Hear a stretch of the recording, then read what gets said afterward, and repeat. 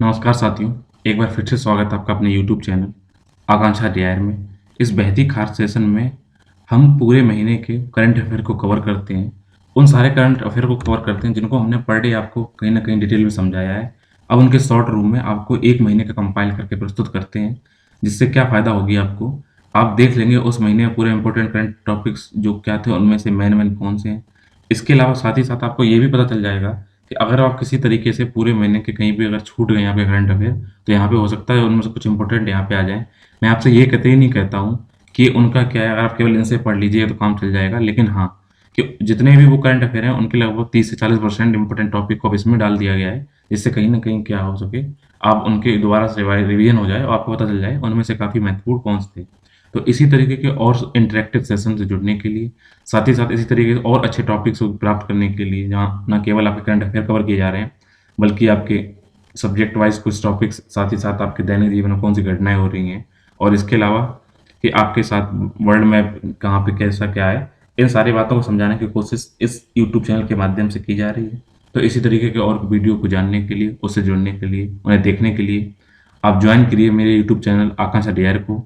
यदि आप इस चैनल पे नए हैं, चैनल को लाइक करिए, सब्सक्राइब करिए, शेयर कीजिए और हाँ, बेल आइकन को प्रेस कर लीजिएगा, जिससे कि मेरे द्वारा अपलोड किए गए वीडियो की नोटिफिकेशन आप तक पहुँच पाएँ और आप सबसे पहले मेरी वीडियो को देख पाएँ। यदि आप इस चैनल पे पुराने हैं, तो इस चैनल को अपना यही तरीका प्यार, स्नेह देते रहिए, अपना आशीर्वाद बनाए रखिएगा, जिससे कि डिजिटल प्लेटफ़ॉर्म जो कि यहाँ पे एजुकेशन के बारे में फ्री में आपको जो भी कुछ जानकारियाँ देने की कोशिश की जा रही है, उनको अगर आप चाहते हैं कि आपके रिलेटिव के साथ, नियर वन्स के साथ इसको शेयर करके अगर आप इनको ग्रोथ में हेल्प कर सकें, तो ज़रूर करिएगा। जिससे कहीं न कहीं इस एजुकेशन जो डिजिटल प्लेटफ़ॉर्म है, उसकी ग्रोथ होगी, साथ ही साथ समाज के ऐसे लोग भी जिन्हें करंट अफेयर या एग्ज़ाम से कोई लेना-देना नहीं है, बल्कि बस वो चाहते हैं कि उनके देश दुनिया में कौन-सी खबरें चल रही हैं, उसके बारे में उन्हें सटीक और उनके बैकग्राउंड की थोड़ा विश्लेषण मिल सके, केवल हवा-हवा में बातें ना हों, उन सब चीज़ों को यहाँ पर कवर किया जाता है। तो आप अगर यूपीएससी की तैयारी कर रहे हैं, किसी भी स्टेट के पीसीएस एग्ज़ाम की तैयारी कर रहे हैं, या फिर इसके अलावा आप police constable, police SI, teaching, SSC, banking, railway से या फिर ऐसी उन सारी तैयारियां कर रहे हैं जो कि कॉम्पिटिटिव एग्जाम के लिए आवश्यक हैं, तो उनके करंट अफेयर ना केवल इसमें कवर किए जाते हैं, बल्कि डिटेल में उसको आपको समझाने की कोशिश भी की जाती है। तो आइए शुरू करते हैं आज के सेशन को। और इस सेशन में हम करंट अफेयर कर रहे हैं सितंबर अक्टूबर माह का, क्योंकि हमने अभी पिछले सितंबर माह का करंट अफेयर कवर कर दिया था, तो अभी हाल ही के अक्टूबर माह के कौन कौन से करंट अफेयर हैं उनको देखेंगे। तो सबसे पहले अगर अक्टूबर माह में अगर महात्मा गांधी जी की जयंती, जिन्होंने विश्व में अहिंसा का पूरा मार्ग अपना दर्शन दिया है, साथ ही साथ एक ऐसे नेता प्रधानमंत्री जो कहीं न कहीं गांधी जी की आड़ में दबे रहे, लेकिन उन्होंने उनका भी योगदान आज़ादी का उतना ही है जितना गांधी जी का है।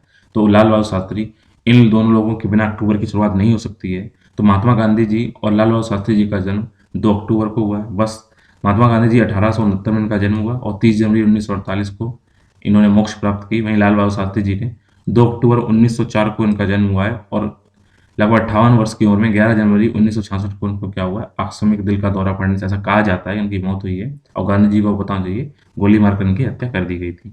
तो ध्यान रखना, ये दोनों लोग शांति में न केवल विश्वास रखते थे, बल्कि क्या करते थे, शांतिपूर्ण विकास में भी ये उनको विश्वास था। और ये केवल शांति अपने अपने लिए और अपने देश के लिए नहीं, पूरे विश्व में शांति की बात करने की दोनों लोगों ने पुरजोर कोशिश की है। तो यहाँ पे लाल बहादुर शास्त्री जी हैं, जहाँ पे जय जवान जय किसान का नारा देकर कहीं न कहीं देश को आत्मनिर्भर बनाने की तरफ अग्रसर किया है। वहीं महात्मा गांधी का देश को आपको न्याय दिलाने में और स्वतंत्रता हासिल करने में अपना एक अपूर्ण और अमूल्य योगदान है। ठीक है? इसके साथ शुरू करते हैं आज के प्रमुख करंट अफेयर और सबसे पहले बात करेंगे पीएम गति शक्ति मास्टर प्लान के बारे में।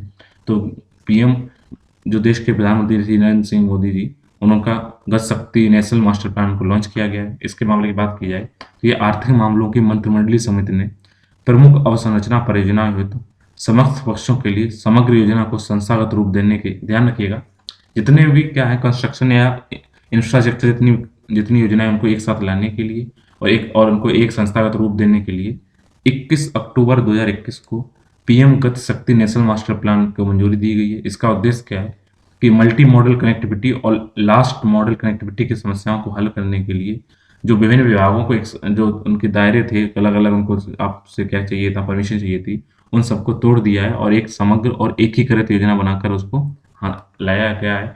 तो प्रधानमंत्री ने 13 अक्टूबर 2021 को मल्टी मॉडल कनेक्टिविटी के लिए पीएम गति शक्ति राष्ट्रीय मास्टर प्लान का शुभारंभ किया था।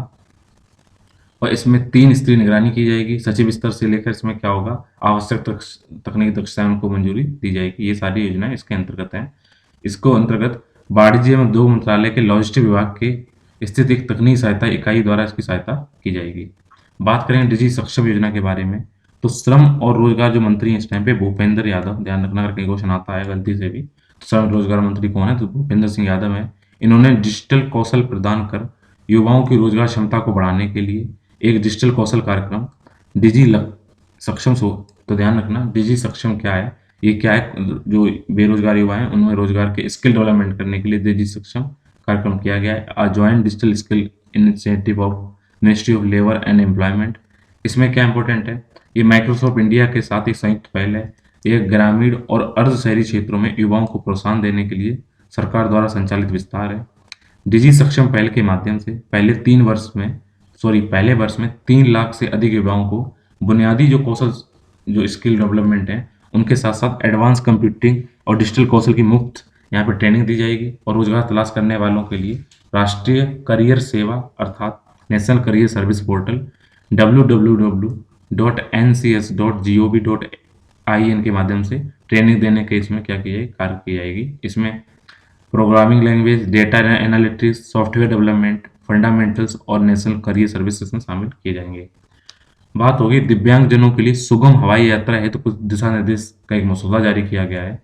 तो दिव्यांगजनों के लिए हवाई यात्रा को सुगम बनाने के लिए नागरिक उड्डयन मंत्रालय ने 26 अक्टूबर 2021 को मसौदा एक तैयार किया जिसका नाम है सुगमता मानक और दिशा निर्देश गाइडलाइन जारी की है।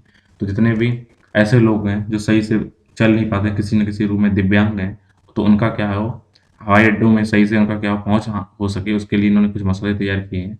इसके अंतर्गत अगर इम्पोर्टेंट फैक्ट की बात की जाए तो इन दिशा निर्देशों में एयरलाइनों और हवाई अड्डा संचालक हैं उनके लिए क्या करने चाहिए और क्या ना करें, इनको शामिल किया गया है, जिससे क्या जो दिव्यांगजन है उनको यात्रा के दौरान कोई भी जो बात आए उनको दूर किया जा सके। ये मसौदा दिशा निर्देश जो किए गए हैं वो अभिनेत्री और नर्तक सुधा चंद्रन द्वारा हवाई अड्डे पर अपने साथ हुए बर्ताव को सोशल मीडिया पर साझा करने के बाद आया है, जहां उन्होंने सुरक्षा जांच के गुजरने पर हर बार कृत्रिम अंग अर्थात प्रोस्थेटिक को हटाने की उस पर कहा जाता है, तो उन्हें बार बार दिक्कतें आ रही थी नर्तक सुधा चंद्रन को, उनकी ये कार्रवाई पे काम हुआ है। इस मसौदा दिशा निर्देश के अनुसार हवाई अड्डों के जितने मालिक हैं अब ये सुनिश्चित करने के लिए उनको जो चला रहे हैं उनकी व्यवस्था करनी होगी कि दिव्यांगजन को इस तरह की जो जांच की जाए जिससे यात्री की गरिमा भी बनी रहे और उनकी निजता का भी ध्यान रखा जाए। प्रोस्थेटिक जो जैसे आपने देखा होगा, जो कोई आपको आर्टिफिशियल हाथ या पैर लगा लेते हैं, उनकी स्क्रीनिंग के दौरान हवाई अड्डा सिक्योरिटी एक्सरे, विस्फोटल ट्रेस डिटेक्शन डिवाइस या विजुअल चेक का उपयोग अपनी आवश्यकताओं के अनुसार आप कर सकते हैं। एक मिशन की बात करेंगे, लूसी मिशन। अगर आपसे क्वेश्चन आता है लूसी मिशन किसका है, तो यह है नासा का, ध्यान रखिएगा। तो अमेरिकी अंतरिक्ष एजेंसी नासा ने 16 अक्टूबर 2021 को cap Canaveral space force centre Florida से एटलस बी रॉकेट द्वारा बृहस्पति के ट्रोजन क्षुद्र ग्रह, यानी बृहस्पति में छोटे क्षुद्र ग्रह पाए जा रहे हैं, उनका अध्ययन करने के लिए अपना पहला अंतरिक्ष यान लूसी लॉन्च किया, ध्यान रखना। तो बृहस्पति के जो ट्रोजन क्षुद्र ग्रह हैं उनका अध्ययन करने के लिए नासा ने कौन सा अभियान लॉन्च किया है, वो है लूसी। ठीक है, ये कुछ इस तरीके दिख रहा है। यहाँ पे सौर पैनल लगाए गए हैं जिससे क्या होगा, इसको एनर्जी मिलेगी और ये बृहस्पति के जो ट्रोजन क्षुद्र ग्रह हैं उनका अवलोकन करेगा। ये ट्रोजन क्षुद्र ग्रह हमारे प्रारंभिक सौरमंडल के अवशेष हैं। जो अब विशाल ग्रह, जो हमारे पूरे सौरमंडल सबसे जो बड़ा ग्रह है वो बृहस्पति है। तो ध्यान रखिएगा, हमारे ग्रह सबसे बड़ा ग्रह कौन सा, बृहस्पति है। उससे जुड़ी हुई जो स्थिर कक्षाएं हैं उसमें फंसे हुए हैं, उनके करीब नहीं है, उनके बारे में अध्ययन करेगा। ये 2 झुंडों में सूर्य की परिक्रमा करते हैं। एक समूह अपनी कक्षा में बृहस्पति से आगे जाता है जबकि दूसरा पीछे पीछे चलता है उनके। इसका डिटेल में मैंने आपको करंट अफेयर में कवर किया था। साथ ही साथ इसमें एक बात की जाए तो लूसी मिशन का नाम प्रारंभिक होमिनिन अर्थात मनुष्य और उनके पूर्वज जिसको बोला था होमिनिन, उनके जीवाश्म के नाम पर लूसी रखा गया है, जो 1974 में इथोपिया में पाया गया था। इसकी खोज करने वाले जीवाश्म वैज्ञानिक की टीम द्वारा इसको लूसी नाम दिया गया था, इसलिए इसका नाम क्या रखा गया, लूसी मिशन। ठीक है, बात करेंगे विश्व पोलियो दिवस के बारे में। अगर आपसे क्वेश्चन आता है विश्व पोलियो दिवस कब मनाया जाता है, तो हर वर्ष 24 अक्टूबर को इंटरनेशनल पोलियो डे मनाया जाता है। तो इस वर्ष की थीम थी one day one focus ending polio developing our promises of A polio free world, अर्थात एक दिन एक फोकस, पोलियो को समाप्त करना और पोलियो मुक्त विश्व के हमारे वादे को पूरा करना, इसमें बात कही गई थी। भारत को बता दें आपको, वर्ष 2014 में पोलियो मुक्त घोषित कर दिया गया था। अगर इंपॉर्टेंट इसमें फैक्ट की बात की जाए तो विश्व पोलियो दिवस की स्थापना रोटरी इंटरनेशनल ने 1 दशक पहले पोलियो टीके के आविष्कारक अमेरिका के जोनास सॉल के जन्म दिवस के उपलक्ष्य में, जिन्होंने उनका पहला जन्म उन्होंने 1955 में पहला पोलियो टीका बनाया था, उसके लिए 24 अक्टूबर को कर दिया है। भारत ने 27 मार्च 2014 को डब्ल्यूएचओ के पूरे पूर्वी एशियाई क्षेत्र के साथ साथ विश्व स्वास्थ्य संगठन से पोलियो मुक्त अपना सर्टिफिकेट हासिल कर लिया। ध्यान रखना, अगर आपसे क्वेश्चन ये आए विश्व पोलियो दिवस कब मनाया जाता है, वो 24 अक्टूबर को। अगर ये आए भारत को किस वर्ष पोलियो से मुक्त देश घोषित किया गया है, तो वो वर्ष 2014 है। बात करते हैं मणिपुर के स्टार शिक्षा कार्यक्रम के बारे में। तो मणिपुरी सरकार ने 16 अक्टूबर 2021 को राज्य की शिक्षा प्रणाली में बदलाव करते हुए एक नया प्रमुख कार्यक्रम स्टार शिक्षा कार्यक्रम चालू किया है। तो ध्यान, अगर आपसे क्वेश्चन आए स्टार शिक्षा कार्यक्रम किस राज्य का कार्यक्रम है, तो आंसर होगा उसका मणिपुर। ठीक है, तो ध्यान रखिएगा। तो मणिपुर बच्चों के लिए स्टार शिक्षा कार्यक्रम चालू किया गया है। यह कार्यक्रम जितने भी शिक्षक हैं और छात्र हैं उनको न केवल शिक्षण देने का कार्य करेगा, बल्कि उनको सीखने की प्रक्रिया में मदद करेगा। ये कार्यक्रम नवीन प्रौद्योगिकी और जो डेटा संचालित प्लेटफॉर्म है उनकी शुरुआती जैसे उपयोगों को लागू करेगा, जिससे उच्च गुणवत्ता वाली शिक्षा न केवल मिल सके, बल्कि शिक्षकों को ट्रेनिंग मिले, उनको कोचिंग मिले, और जितने भी टेक्नोलॉजी बेस्ड जो सहायता है उनको टीमों को पेश किया जाए। पहले वर्ष में लगभग 500 स्कूलों में इस कार्यक्रम की शुरुआत अर्थात स्टार शिक्षा कार्यक्रम चालू किए जाएंगे। हमारे देश के जाने माने क्रिकेटर हरभजन सिंह और जवागल श्रीनाथ को एमसीसी की आजीवन सदस्यता मिल गई है। एमसीसी को मैरी लोबोन क्रिकेट क्लब के नाम से जाना जाता है। तो ध्यान रखना, भारत के हरभजन सिंह, अगर आपसे क्वेश्चन आएगा भाई हाल ही में किन दो लोगों को एमसीसी में आजीवन सदस्यता मिली है, तो उसका नाम होगा हरभजन सिंह और जवाहर श्रीनाथ। ये उन 18 क्रिकेटरों में शामिल हो गए हैं जिनको इसमें क्या हुआ है, ये मेंबरशिप मिल गई है। तो ये आपके हरभजन सिंह और ये हैं जवाहर श्रीनाथ, दोनों अच्छे बॉलर हैं देश के। लॉर्ड में एमसीसी क्रिकेट कानूनों का संरक्षक ये क्लब है। हरभजन सिंह की अगर बात की जाए तो टेस्ट में भारत के तीसरे सबसे ज्यादा विकेट लेने वाले गेंदबाज हैं।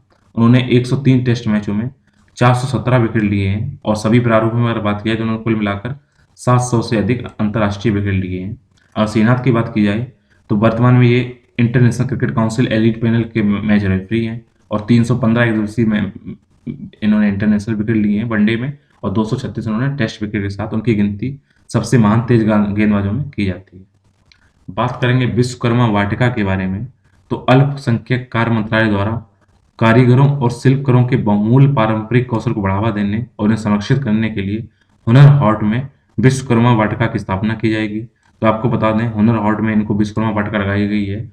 और जितने भी देश में अगर वैसा बोला जाए कि सबसे अच्छे अभी तक के जो बात की जाए स्किल जिन्होंने किया है, आर्किटेक्चर जो हुए हैं तो देश के, तो ऐसा माना जाता है विश्वकर्मा जी हुए हैं, तो उन्हीं को नाम पे ये वाटिका शुरू की गई है। और इसमें देखा जाए इन वाटिकाओं में कारीगर यह प्रदर्शन करेंगे कि भारत के पारंपरिक उत्तम और सुरुचिपूर्ण स्वदेशी हस्तनिर्मित उत्पाद वो हैं, उन्हें कैसा बनाया जाता है। तो और बात की जाए तो अभी इस टाइम पे हुनर हाट चल कहाँ रहा है, तो ये उत्तर प्रदेश का एक जिला है रामपुर, तो जहाँ पे चाकू फेमस है, रामपुरी चाकू। तो उत्तर प्रदेश के रामपुर में हुनर हाट में ये पहला विश्वकर्मा वाटिका स्थापित की गई है। इसका उद्घाटन केंद्रीय शिक्षा और कौशल विकास साथ ही साथ उद्यमिता जो मंत्री इस टाइम है धर्मेंद्र प्रधान, उनके द्वारा 16 अक्टूबर 2021 को किया गया है। देश भर में कुल शिल्पकार, मूर्तिकार, राजमिस्त्री, लोहार, बढ़ई, कुम्हार या अन्य जितने भी कारीगर हैं वो विश्वकर्मा वाटिका में एक ही स्थान पर भारत की सैकड़ों जो पारंपरिक कलाएं हैं उनको क्या करेंगे, उनका लाइव यहाँ पे प्रदर्शन करेंगे। अगर हुनर हाट की बात की जाए तो 16 से 25 अक्टूबर 2021 को उत्तर प्रदेश के रामपुर शहर में आयोजित किया गया है। भारतीय तटरक्षक जो एक नया जहाज है सार्थक है, उसके बारे में बात की जाएगी, क्योंकि 28 अक्टूबर 2021 को गोवा में कमीशन करके इसको राष्ट्र को समर्पित किया गया है। तो अगर बात आए कि सार्थक जहाज किस लिए, ये भारत की तटरक्षा के लिए जहाज है। इसके इम्पोर्टेंट अगर बात की जाए, ये ICGS सार्थक गुजरात के पोरबंदर में स्थित रहेगा, और कमांडर तटरक्षक सेना जिसको उत्तर पश्चिम के संचालन और उसके एडमिनिस्ट्रेशन जो नियंत्रण है उसके तहत भारत के पश्चिमी समुद्र तट पर इसको संचालित किया जाएगा। ठीक है, इस तरीके से ये गोवा शिपयार्ड लिमिटेड द्वारा भारतीय तटरक्षा के लिए निर्मित किए जा रहे 5 अपतटीय गश्ती जहाजों की चौथी श्रृंखला है, जिसको सार्थक इसका नाम याद रखिएगा। ये बहु मिशन प्लेटफॉर्म है जिसको कंकरेंट ऑपरेशन के लिए इसमें सक्षम है। बात करेंगे आकाशा एयर के बारे में। तो स्टॉक मार्केट के इन्वेस्टर्स टाइम पे हैं राकेश झुंझुनवाला हैं, तो ध्यान रखिएगा। ये नए हमारे स्टॉक ये गुरु हैं, इन्वेस्टमेंट गुरु। इनके द्वारा एक समर्थित एयरलाइन जिसका नाम है आकाशा एयर, उसके द्वारा नागरिक उड्डयन मंत्रालय ने 11 अक्टूबर 2021 को एक NOC अर्थात अनापत्ति प्रमाण पत्र जारी कर दिया है आकाशा एयरलाइन को। ये भारत झुंझुनवाला है। इससे होगा क्या, ये एयरलाइन जो कि कम लागत वाहक के रूप में अपनी सेवाएं देने की योजना बना रही है। वर्ष 2022 में इसका संचालन शुरू होने की संभावना है, जिससे क्या होगा, आगामी 4 वर्षों में लगभग 70 विमानों के संचालन की योजना की जाएगी, जिसमें सस्ते में लोगों को टिकटें दी जाएंगी। आरबीआई के इस टाइम प्रेजेंट टाइम गवर्नर हैं शक्तिकांत दास, उनको पुनः से उनकी कार्यकाल को बढ़ा दिया गया है। केंद्र सरकार ने 29 अक्टूबर 2021 को शक्तिकांत दास को भारतीय रिजर्व बैंक के गवर्नर के रूप में फिर से दोबारा नियुक्त कर लिया है। अब इनका कार्यकाल 3 सालों के लिए 10 दिसंबर 2021 से प्रभावी हो जाएगा। ध्यान रखिएगा, अब नए गवर्नर हमारे फिर से शक्तिकांत दास जी हैं। भारत में एक नए राजनीतिक दल के रजिस्ट्रेशन की बात की जा रही है। आपको पता होना चाहिए, पंजाब में लगातार क्या है, राजनीतिक उठाफटक चल रही है, और वहां पर जो उनके पूर्व मुख्यमंत्री हैं, उन्होंने क्या, अमरिंदर सिंह, उन्होंने क्या किया है, अभी हाल ही में वहां से अपना इस्तीफा दे दिया था, और राज्य विधानसभा चुनाव के लिए 27 अक्टूबर 2021 को पंजाब में अपनी राजनीतिक पार्टी बनाने की घोषणा की है, और नए राजनीतिक दल के रजिस्ट्रेशन की इन्होंने अब प्रक्रिया को शुरू कर दिया है।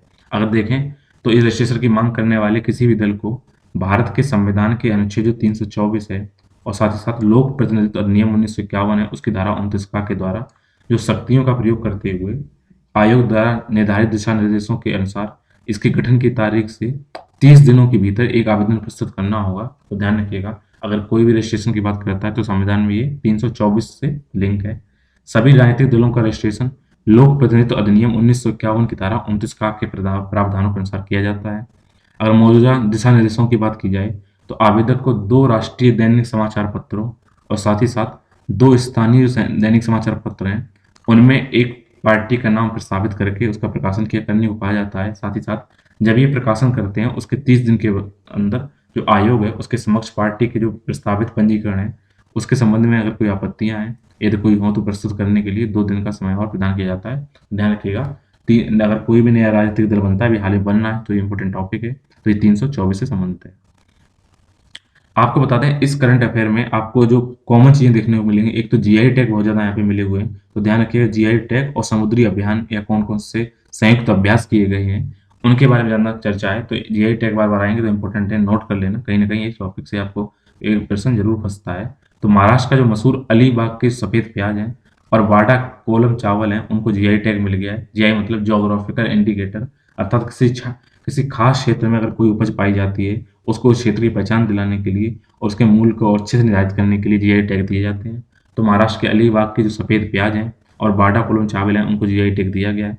बात करें सबसे पहले अलीबाग के सफेद प्याज के बारे में, तो ये महाराष्ट्र के रायगढ़ जिले में अलीबाग का सबसे प्रसिद्ध सफेद प्याज है।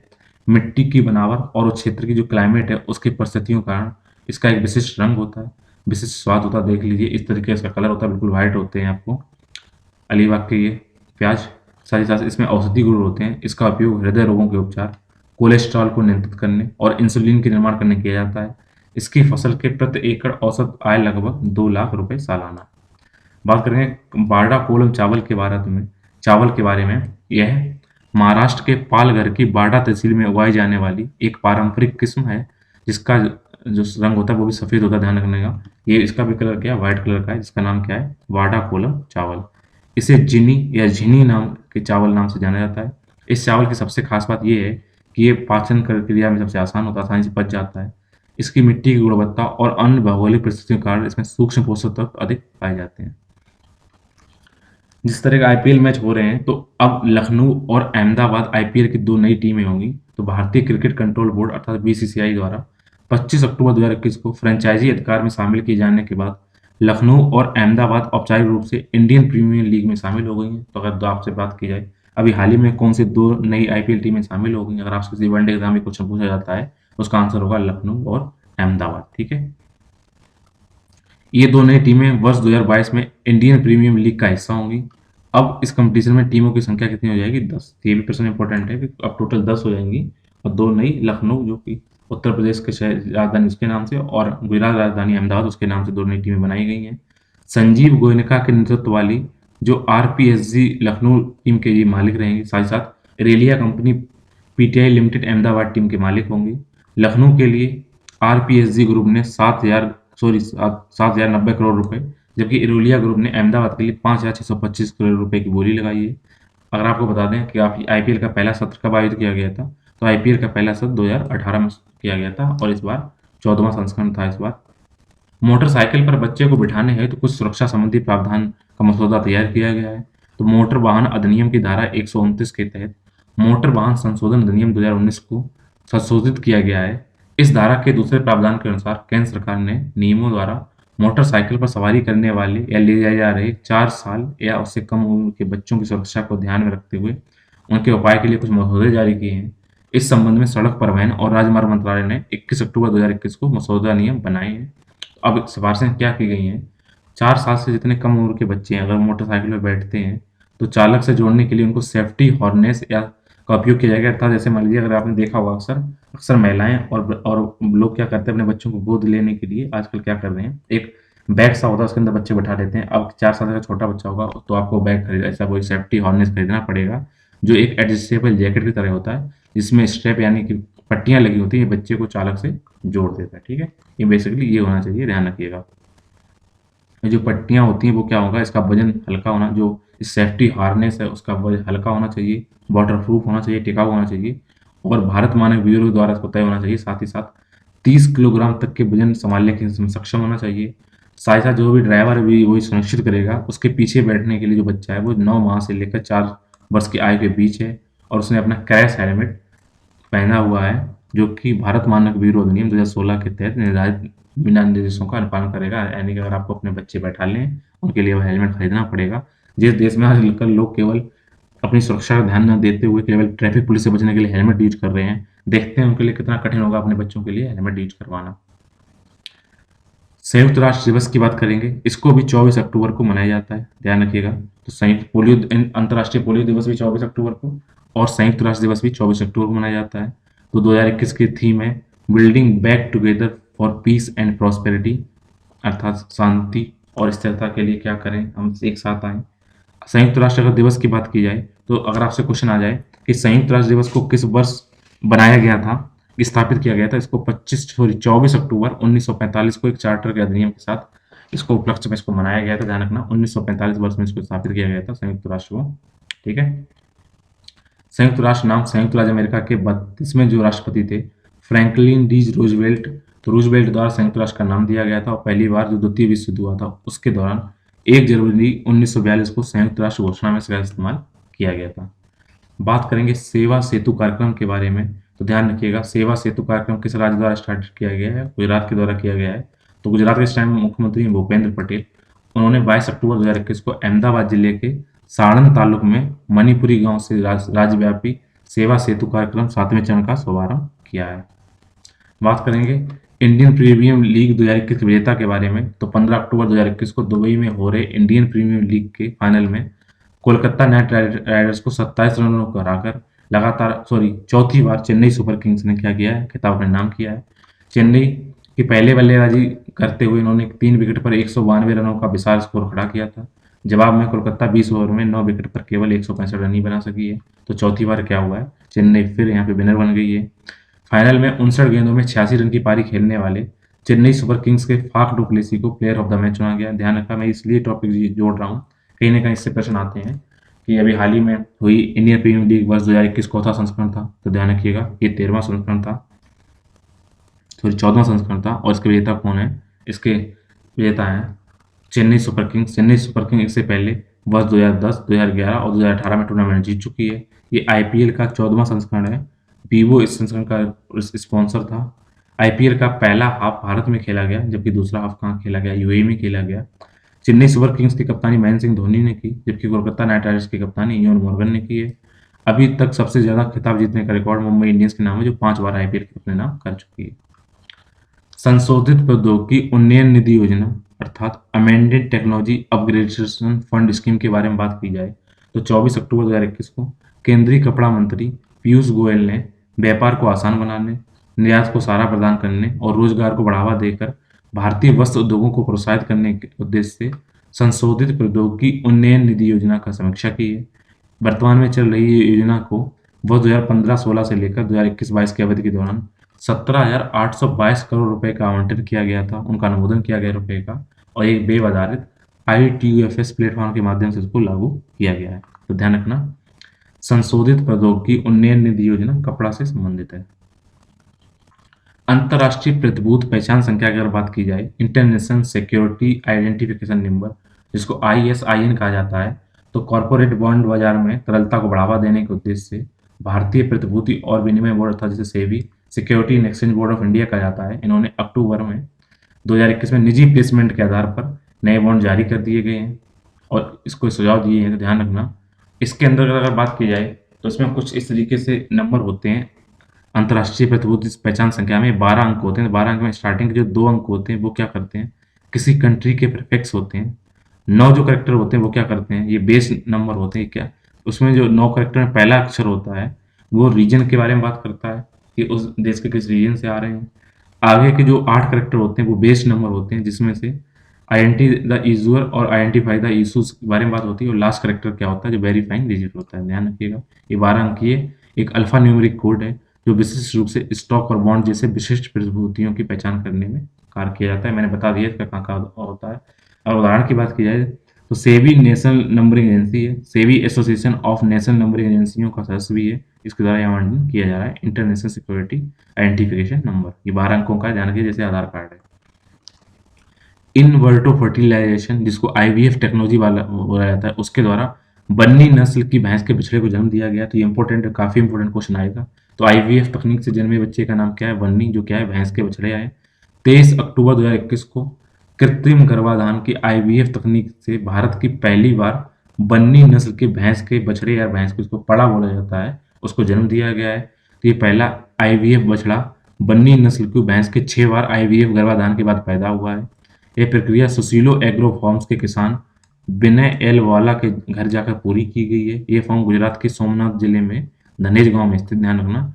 तो बन्नी नस्ल का बछड़ा क्या है, आईवीएफ टेक्नोलॉजी से उत्पन्न हुआ है। ये है बछड़ा बन्नी नस्ल का, जिसको आईवीएफ यूज किया गया है।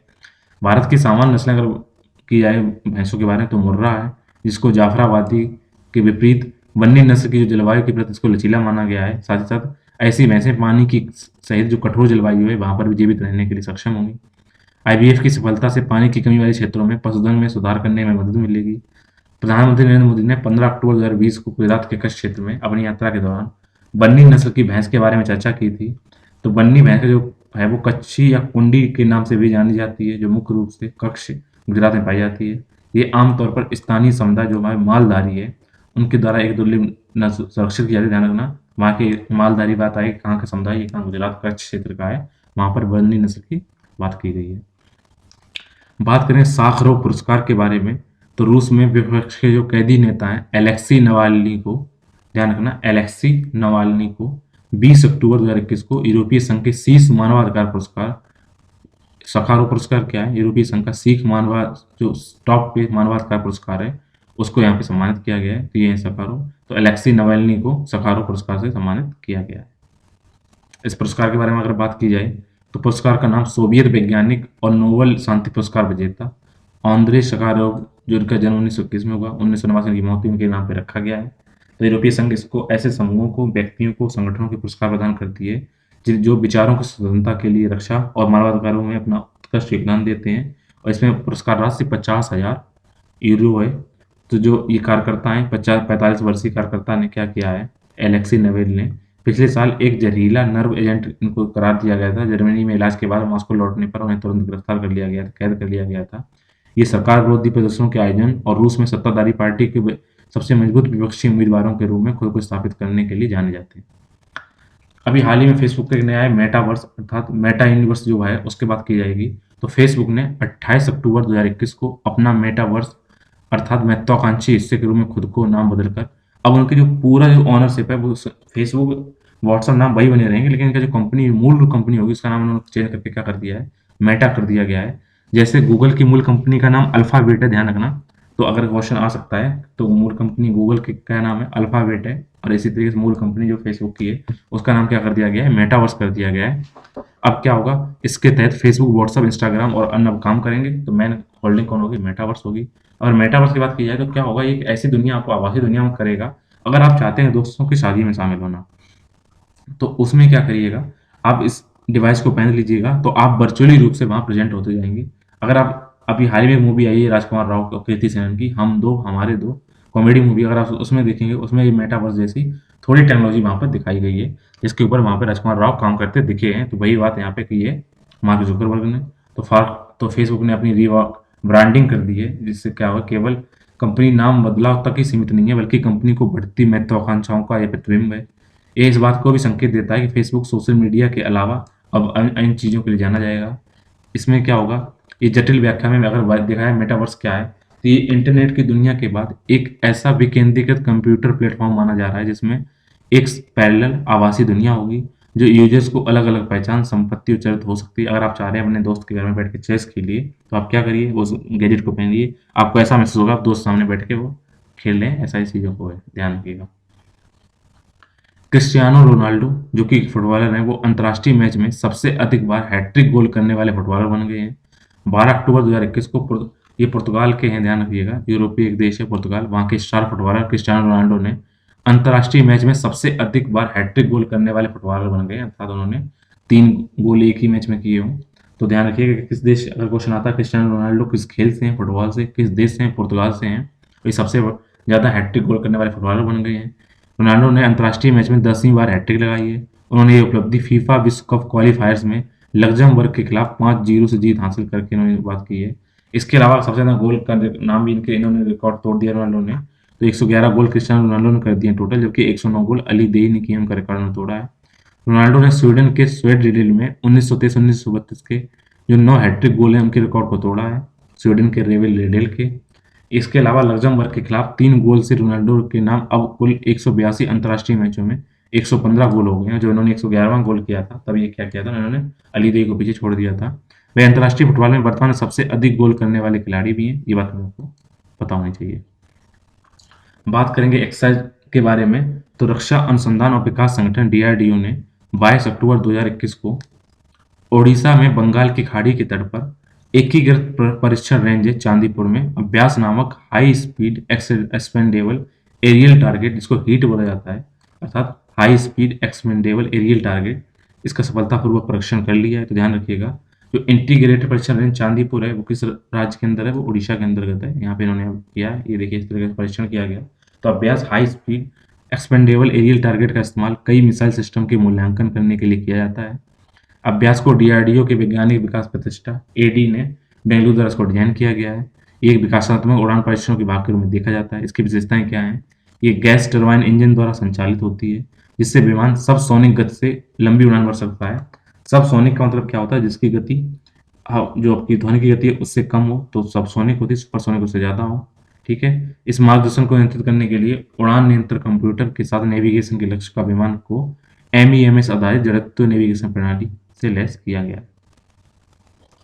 ये आपका काफी इंपॉर्टेंट क्वेश्चन है और इस वर्ष किसी न किसी परीक्षा में 100% ये क्वेश्चन आने की संभावना है, क्योंकि अगर पूछा जाएगा कि वर्ष 2022 के लिए भारत की आधिकारिक रूप से ऑस्कर में प्रविष्ट करने वाली मूवी है कौन सी, वो है कूजलगल। ठीक है, कूजंगल। ठीक है, तमिल की फिल्म है कूजंगल को ऑस्कर 2022 में भारत के लिए आधिकारिक प्रविष्टि मिली है।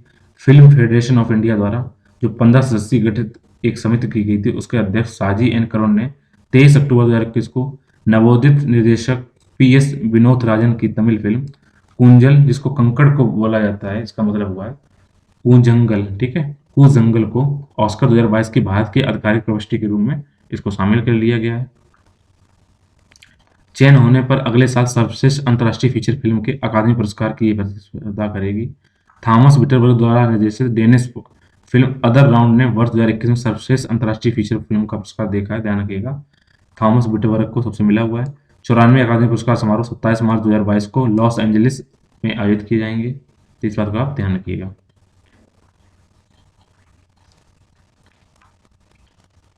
तो वर्ष 2021 में हमने जलीकट्टू भेजी थी, 2022 में हमने गलीबाई भेजी थी, और इस वर्ष हमने कौन सी भेजी है, कूजंगल भेजी, इसका मतलब होता है कंकड़। ठीक है, भारतीय सेना की टीम ने कैम्ब्रियन गश्ती में अभ्यास में स्वर्ण पदक जीत लिया है।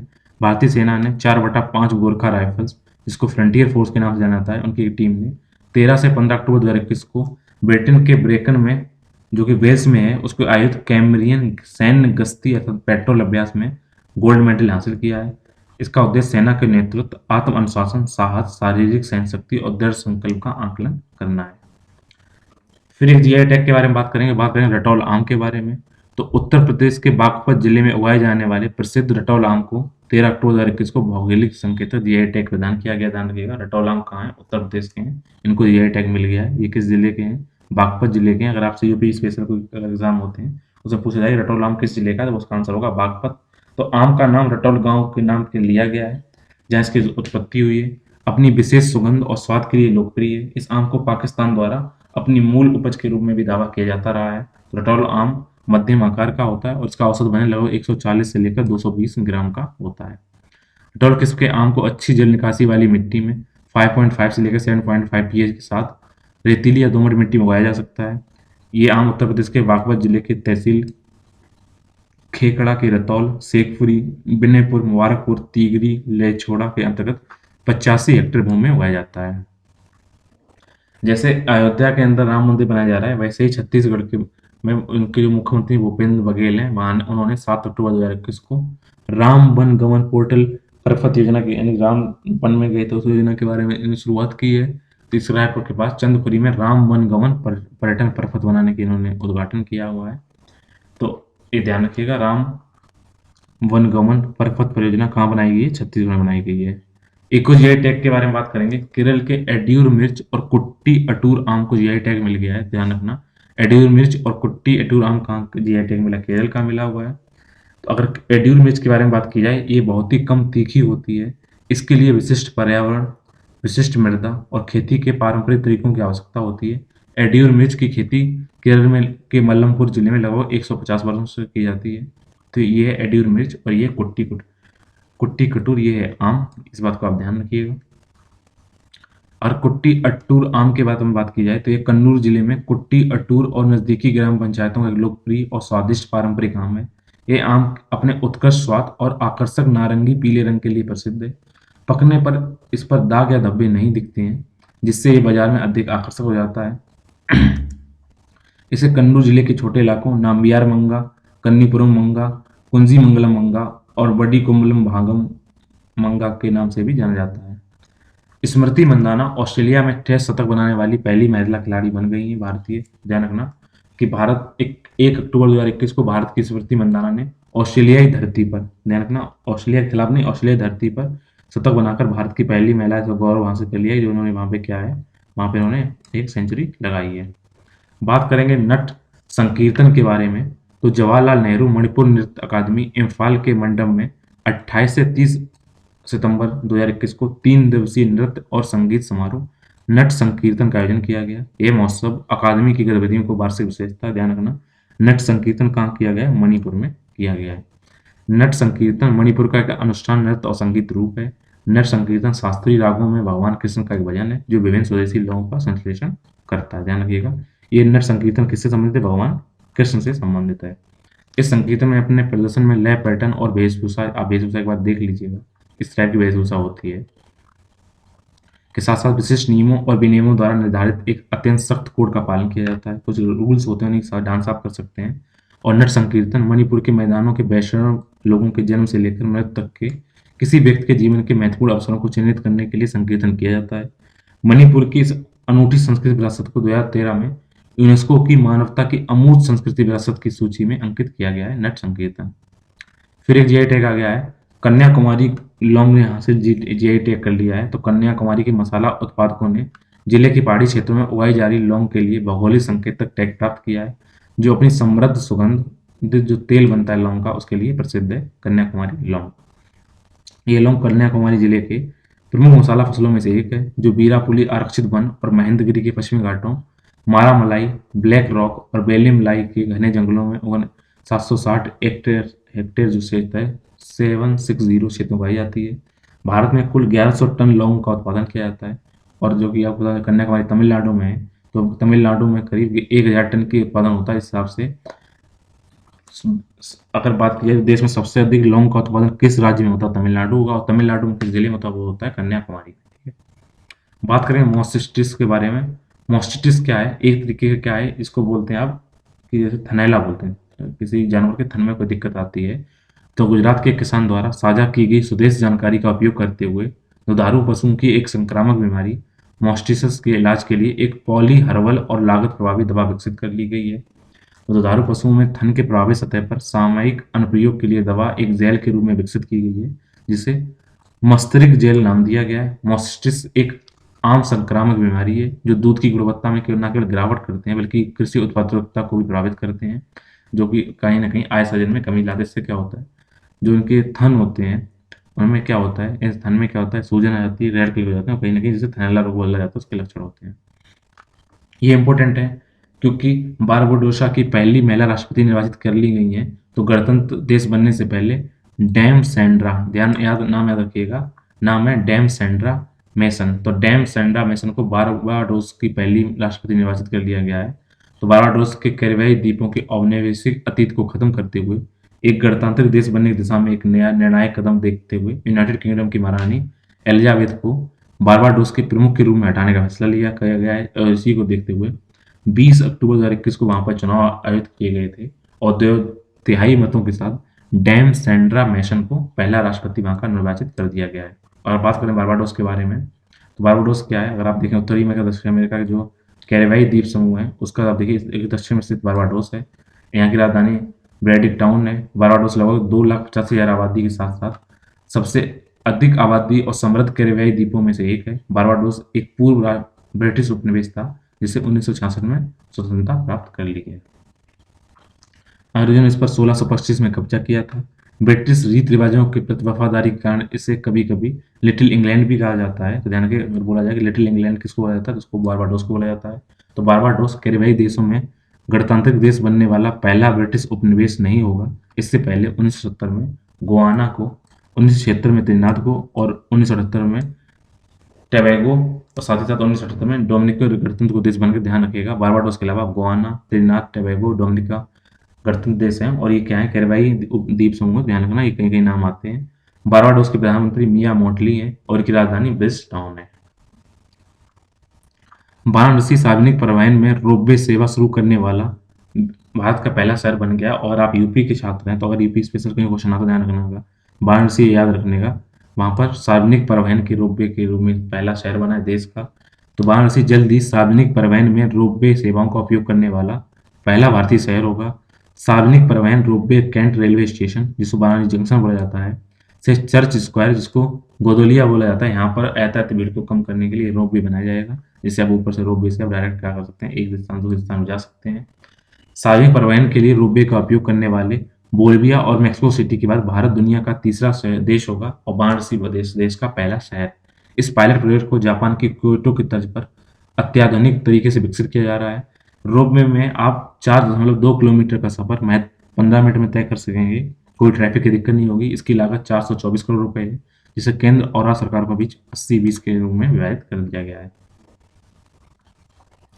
देश में पहली बार स्मार्टफोन आधारित ई वोटिंग प्रणाली की गई है। तो ध्यान रखना, देश में पहली ई वोटिंग सिस्टम कहाँ लगाया गया, तेलंगाना सरकार ने 20 अक्टूबर 2021 को खम्मम जिले में खम्मम नगर निगम के डमी चुनावों के साथ देश की पहली स्मार्टफोन आधारित ई वोटिंग प्रणाली का ड्राई रन अर्थात इसको प्रैक्टिकल रूप में लागू किया है तेलंगाना सरकार ने।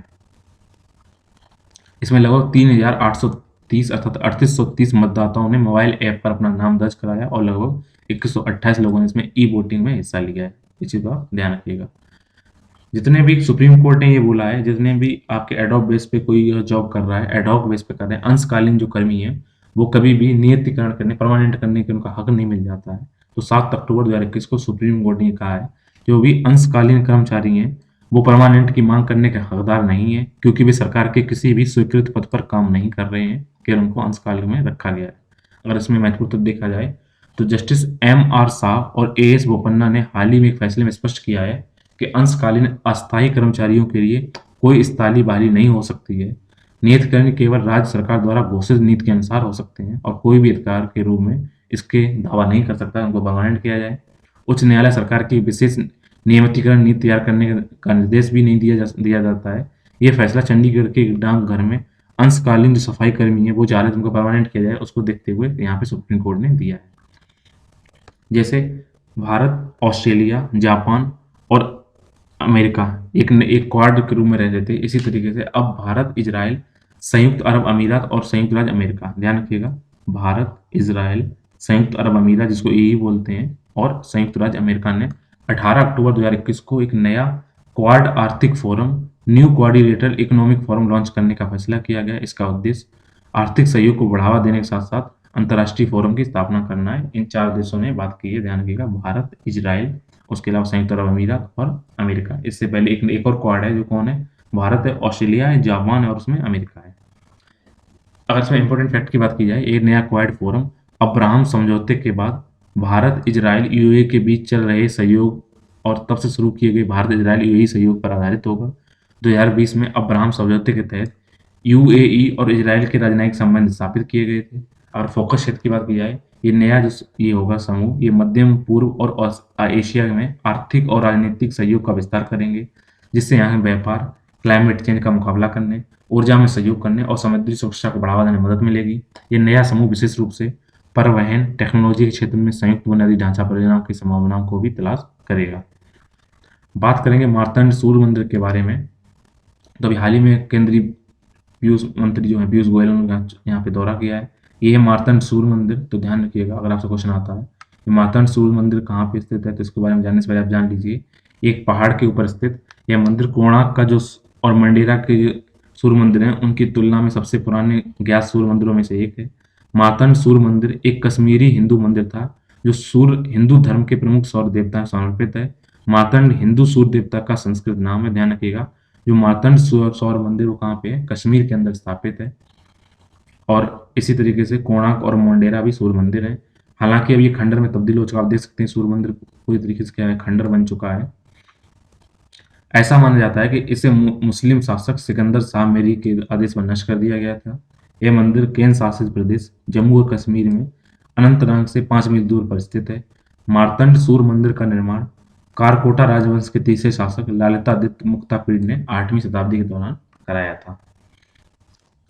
हरियाणा ने लगाया सरकारी कर्मचारियों के राजनीतिक और चुनाव में भाग लेने पर प्रतिबंध। आपको पता होना चाहिए, पिछले एक समय से नए कृषि कानूनों को लेकर किसानों में के विरोध का सामना कर रही हरियाणा सरकार ने 11 अक्टूबर 2021 को अपने कर्मचारियों को राजनीति और चुनाव में भागीदारी करने पर वहां पर क्या किया, उनको रोक लगा दी गई है। मनोहर लाल खट्टर ने आदेश जारी कर दिया है कि हरियाणा सिविल सेवा नियम 2016 को लागू करते हुए इस संबंध में एक अधिसूचना जारी की गई है। अब वो लोग जो सरकारी कर्मचारी हैं या वहाँ के जो कर्मचारी हैं, वो क्या करेंगे, अब राजनीतिक गतिविधियों में या पार्टी किसी भी चुनाव में भागीदारी नहीं कर सकते। अगर आप करना चाहते हैं तो आप क्या करिए, पहले रिजाइन करिए, फिर जुड़िए जाके। फिर एक नई जीआई टैग के बारे में बात होगी हिमाचल प्रदेश के लाहौली बने हुए मोजे, साथ ही साथ दस्ताने, साथ ही चंबा चंपल के बारे में। तो सितंबर 2021 में हिमाचल प्रदेश के लाहौली बने हुए मोजे और दस्ताने, सॉक्स और ग्लव्स और साथ साथ चंबा चप्पल को जीआई टैग प्रदान किया गया है। अगर लाहौली बुने हुए जो मोजे आप ये देख रहे हैं, ये इस तरीके से बने जाते हैं, इनके बारे में बात की जाए, दस्ताने की बात की जाए, ये बुने हुए मोजे और दस्ताने स्थानीय भेड़ की ऊन से बने होते हैं। ये अद्वितीय शिल्प केवल आदिवासी जिले लाहौल और स्पीति में ही निर्मित किया जाता है। ध्यान रखना, ये कहाँ है? हिमाचल प्रदेश में, लाहौल, स्पीति। ये प्राकृतिक सफेद, काले, धूसर, भूरे रंग में उपलब्ध होते हैं। रंगीन पैटर्न डिजाइन करने के लिए लोग सफेद ऊन को प्राकृतिक पौधों के अर्क से प्राकृतिक रंग देते हैं। अगर चंबा चंपल की बात की जाए, ये है चंबा चप्पल। तो चंबा चप्पल क्या है? ये परंपरागत राजा चरस सिंह, जो कि 9वीं शताब्दी शुरुआत में राजा हुए, उनके समय की है। पारंपरिक चंबा चंपल को स्थानीय रूप से बने चमड़े से तैयार किया जाता है। इन चप्पलों को डिजाइन में पत्ते और फूल होते हैं, आप देखिएगा इसमें पत्ते फूल का डिजाइन किया गया है। साथ ही साथ चंबा चप्पलों में चौड़े या रबड़ के तलवे होते हैं, जो कठिन पहाड़ी इलाकों में चलते रहे समय सहायता प्रदान करते हैं। बात करेंगे सोजत मेहंदी के बारे में, जो कहाँ की? सोजत मेहंदी राजस्थान की। इसको जीआई टैग मिल गया है सितंबर 2021 में। राजस्थान की जो सोजत मेहंदी है, उसको सरकार से जीआई टैग प्राप्त हुआ है। सोजत मेहंदी की उत्पत्ति राजस्थान के पाली जिले के स्थित सोजत तहसील में उगाई जाने वाली मेहंदी के पत्तों से होती है। सोजत मेहंदी की पत्तियों में उच्च मात्रा में लासोन, जिसकी वजह से क्या होता है, एक लाल नारंगी रंग प्राप्त होता है। इसके ये प्राप्त करने के लिए वर्षा जल द्वारा इसकी पूरी तरह से प्राकृतिक रूप से खेती की जाती है। सोजन की पत्तियों की खेती सोजत। सोजत तहसील के कई प्राकृतिक कारक जैसे कि भूवैज्ञानिक संरचना वहां की इस्तेमाल करती है, जल निकासी प्रणाली, जलवायु और मिट्टी इसकी फसल के लिए उपयुक्त है। मेहंदी के पत्तों को सुखाकर सुगंधित तेल भी निकाला जाता है। मेहंदी के पत्तों की पत्तियां जो होती हैं, उनकी छालें और बीज और जड़ को औषधीय रूप में भी प्रयोग किया जाता है। ध्यान रखिएगा, सोजत मेहंदी को कहाँ का जीआई टैग मिला है? वो है राजस्थान का। अभी हाल ही में वैश्विक खाद्य सुरक्षा सूचकांक इकोनॉमिक इम्पैक्ट द्वारा जारी किया गया 2021 का 19 अक्टूबर को। और इसके हम देखें इसमें कौन से इंपॉर्टेंट फैक्ट क्या क्या है, तो वैश्विक खाद्य सुरक्षा सूचकांक को लंदन स्थित इकोनॉमिक इम्पैक्ट द्वारा डिजाइन किया गया है, उसे निर्मित किया गया है। और ये लगभग 113 देशों ने इस सूचकांक को मापा है। इससे वहां पर उन्होंने सामर्थ्य, उपलब्धता, गुणवत्ता, सुरक्षा और प्राकृतिक संसाधनों और लचीलेपन जैसे कारकों पर आधारित है। इसमें पहला स्थान किसको मिला हुआ है? आयरलैंड को मिला हुआ है। और 113वां स्थान किसको मिला हुआ है? यमन को मिला है। अगर भारत की बात की जाए तो 57.2 अंकों के साथ भारत 71वें अंक स्थान पे है, पाकिस्तान 75वें पे है, श्रीलंका 77, नेपाल 79 है, बांग्लादेश 89 पे है, लेकिन चाइना 34 पे है। ये खाद्य उपलब्धता, उनकी गुणवत्ता, सुरक्षा के साथ साथ खाद्य उत्पादन के लिए प्राकृतिक संसाधनों की सुरक्षा के मामले में भारत ने पाकिस्तान, नेपाल, बांग्लादेश, श्रीलंका से बेहतर स्कोर किया। बात करेंगे स्पिन योजना के बारे में। स्पिन मतलब होता है घुमाना। तो खादी और ग्रामोदय आयोग, ठीक है, किसने? खादी और ग्रामोद्योग आयोग ने प्रधानमंत्री नरेंद्र मोदी के जन्म दिवस, सेवा दिवस, उनका जन्मदिन मनाया था 17 सितंबर को, इस पर strengthening the potential of India, spin की फुल फॉर्म क्या है? Strengthening the potential of India, ऐसा स्पिनिंग नामक एक परियोजना चालू की है। इसका उद्देश्य हर हाथ में काम की प्रधानमंत्री की जो कमिटमेंट है उनके अनुरूप स्थानीय स्वरोजगार को सृजन के जरिए विकास किया जाएगा। इस महत्वपूर्ण तथ्य अगर देखा जाए, इसे केंद्रीय सूक्ष्म लघु और मध्यम उद्यम राज्य मंत्री भानु प्रताप सिंह वर्मा ने वाराणसी में स्पिन योजना का शुभारंभ किया है। ये एक बिना सब्सिडी वाला कार्यक्रम है जो रजिस्टर जितने कुम्हार हैं को उनको पीएम की शिशु मुद्रा योजना के तहत बैंकों से सीधे ऋण प्राप्त करने के हकदार बनाता है। बात करेंगे कॉर्बेट नेशनल पार्क के बारे में। तो केंद्रीय पर्यावरण, वन और जलवायु परिवर्तन राज्य मंत्री हैं अश्विनी कुमार चौबे ने कॉर्बेट नेशनल पार्क है उसका नाम बदल दिया। अब इसका नया नाम क्या होगा? Ramganga national park. ध्यान रखना, इसके नाम तीसरी बार बदला जा रहा है। अब कॉर्बेट्स का नाम क्या हो रहा है? Ramganga national park. अगर कॉर्बेट नेशनल पार्क के बारे में बात की जाए तो ये हिमालय के तलहटी में स्थित कॉर्बेट नेशनल पार्क है जो 520.86 वर्ग किलोमीटर में फैला हुआ है। ये नैनीताल जिले के रामनगर में स्थित है, जो कि क्या उत्तराखंड का एक हिस्सा है। इस कॉर्बेट टाइगर रिजर्व का हिस्सा है। इस टाइगर रिजर्व का कुल क्षेत्रफल 1288 किलोमीटर है। तो जिम कॉर्बेट का नाम क्या होगा? रामगंगा टाइगर रिजर्व होगा। ये पौड़ी, गढ़वाल, नैनीताल, अल्मोड़ा तक फैले हुए हैं। 1936 में भारत और एशिया का ये पहला राष्ट्रीय उद्यान था, जिसको वहाँ के संयुक्त प्रांत के जो गवर्नर थे मेलकम हैली के नाम पर इसको हैली नेशनल पार्क बनाया गया। फिर इसका नाम बदल कर किया गया जिम कॉर्बेट। अब इसका नाम कर दिया गया रामगंगा राष्ट्रीय उद्यान। इसके अंतर्गत आदिमखोर बाघ के शिकारी, प्राकृतिकवादी उल्लेखों के रूप में इसको जाना जाता है। उसमें एक उद्यान की स्थापना महत्वपूर्ण भूमिका निभाई है, ध्यान रखना। बात करेंगे अर्थ शॉट पुरस्कार के बारे में। तो 17 अक्टूबर 2021 को लंदन के एक भव्य समारोह में अर्थ शॉट पुरस्कार की घोषणा की गई है। तो विनर, ये सारे लोग विनर हैं अर्थ शॉट पुरस्कार। इसको इसलिए किया गया है, इसमें एक भारतीय भी शामिल है इस अर्थ शॉट प्राइज के बारे में। इस पुरस्कार के तहत जलवायु संकट से लड़ने के लिए, समाधान विकसित करने के लिए 2021-2030 के बीच में 5 फाइनलिस्ट को 5 संयुक्त राष्ट्र सतत विकास लक्ष्यों के लिए बारी इसको इनको 10 लगभग 10 सालों में 50 पुरस्कार दिए जाएंगे। और इनकी राशि कितनी होती है? इसमें 10 लाख डॉलर, ब्रिटिश पाउंड होती है, ध्यान रखिएगा, पाउंड में इनको दिया जाता है। इसके अंदर कौन कौन चीज़ें हैं? बाह्य स्वच्छता श्रेणी, प्रकृति और रक्षा की पुनर्बहाली के लिए, महासागरों की पुनर्बहाली के लिए, अपशिष्ट मुक्त विश्व का निर्माण करने के लिए और जलवायु कार्रवाई के लिए अवार्ड दिए जाते हैं। तो इसमें क्लीन आवर एयर के श्रेणी के अंतर्गत दिल्ली के उद्यमी विद्युत मोहन के नेतृत्व वाली कृषि अपशिष्ट जो पुनर्चक्रण परियोजना है, जिसका बोला गया तकाचर, ठीक है। तो तकाचर के लिए इनको क्या दिया गया? इनको ये अर्थ शॉट पुरस्कार दिया गया है। मेरा घर मेरा नाम योजना, अगर आपसे प्रश्न आता है कि मेरा घर मेरा नाम योजना किस राज्य की है, तो ये ध्यान रखना ये पंजाब राज्य की है। मेरा घर मेरे नाम हो ये योजना अभी हाल ही में पंजाब के नए मुख्यमंत्री बने हैं चरण सिंह चन्नी ने इसको योजना की शुरुआत की है। अब इस शहर में लाल लकीर के मकान के मालिक बनेंगे मकान के असली हकदार। तो ध्यान रखिएगा, अब मेरा घर मेरा नाम योजना 2021 किसकी है? पंजाब सरकार की है। अब ये गांव और शहरों के लाल लकीर के भीतर घरों में रहने वाले लोगों को मालिकाना हक या उनका स्वामित्व प्रदान करेगा। लाल लकीर की जो बात आ रही है, लाल लकीर होती क्या है? ये उस भूमि को इंडिकेट करता है जो गांव की बस्ती का हिस्सा है और जिसका उपयोग केवल गैर कृषि उद्देश्यों के लिए किया जाता है। पहले योजना केवल गांव तक के निवासियों से शुरुआत की गई थी, लेकिन अब इसे लाल लकीर के भीतर शहरों पात्र निवासियों को भी आगे बढ़ा दिया गया है। दिल्ली सरकार ने 11 अक्टूबर 2021 को देश के मेंटर कार्यक्रम की शुरुआत की है। जो कक्षा 9 से लेकर 12वीं के छात्र हैं उनको मार्गदर्शन करने के लिए अर्थात मेंटर करने के लिए कार्यक्रम शुरू किया गया है। और मेंटर के देश के मेंटर की बात की जाए तो इसमें एक बच्चे के लिए कल को संवारो, देश के भविष्य को संवारो, देश के मेंटर बनो, अर्थात एक मेंटर एक बच्चे को लेगा और उसको क्या करेगा? गाइडेंस देगा जिसमें वो कार्य कर सके। इसका उद्देश्य छात्रों का करियर विकल्प के बारे में जागरूक करना, छात्रों को उनके प्रारंभिक करियर जो नियोजन चरणों में उनको न केवल गाइडेंस देना बल्कि उनमें सहयोग प्रदान करना, ये इसमें बेसिकली बातें ध्यान रखना। इसके अभी ब्रांड एम्बेसडर सोनू सूद को बनाया गया है, काफ़ी चर्चा में रहे हैं, तो इनके बार ध्यान रखिएगा। इनके ब्रांड एम्बेसडर हैं सोनू सूद। नागरिक उड्डयन मंत्री इस टाइम में ज्योतिरादित्य सिंधिया, इन्होंने क्षेत्रीय संपर्क योजना उड़ान, जिसे उड़े देश का आम नागरिक कहा जाता है, इन्होंने 9 अक्टूबर 2021 को महाराष्ट्र के ग्रीन फील्ड सिंधुदुर्ग हवाई अड्डे का उद्घाटन किया। ध्यान रखना, सिंधुदुर्ग हवाई अड्डा कहाँ का है? ये महाराष्ट्र का है, और इसमें उड़ान के तहत इसको एक शुभारंभ किया गया है। इसको चिपी हवाई अड्डे के रूप में जाना जाता है। ये 275 हेक्टेयर में फैला हुआ है। ये कोंकण में से, ध्यान रखना, इंपॉर्टेंट नहीं है। विलियम सेंटर बने अंतरिक्ष में उड़ान भरने वाले सबसे उम्रदराज व्यक्ति। तो प्रतिष्ठित जो स्टार ट्रैक सीरीज है उसमें कैप्टन जेम्स टीकर की भूमिका निभाने वाले 90 साल के महान कनाडाई अभिनेता हैं विलियम सेंटनर। ये अंतरिक्ष में अब सबसे अधिक उम्र उड़ान भरने वाली उम्र के नागरिक बन गए हैं, विलियम सेंटनर। ठीक है। राष्ट्रीय इंडियन मिलिट्री कॉलेज की अगर बात की जाए, जिनको हम भाषा में सैनिक स्कूल कहा जाता है, अब लड़कियों को भी इसमें क्या किया जाएगा? एंट्री दे दी जाएगी, और दिसंबर 2021 से इनको प्रवेश परीक्षा में बैठने की अनुमति दे दी गई है। राष्ट्रीय जो इंडियन मिलिट्री कॉलेज है, एक अंतर सेवा श्रेणी ए का ये एक प्रतिष्ठान है, जिसे रक्षा मंत्रालय के तत्वाधान में सेना प्रशिक्षण कमान के तौर पर चालू किया जाता है। ठीक है। इसको 13 मार्च 1922 को Prince of Wales Prince Edward 8 द्वारा शुरू किया गया था। यह दून वैली देहरादून में स्थित एक मिलिट्री स्कूल है, ये बात को आप ध्यान रखिएगा। अभी हाल ही में फीफा अंडर 17 महिला विश्व कप होने वाला है 2022 में, और इसका शुभांकर बनाया गया है ईवा को। ये है ईवा।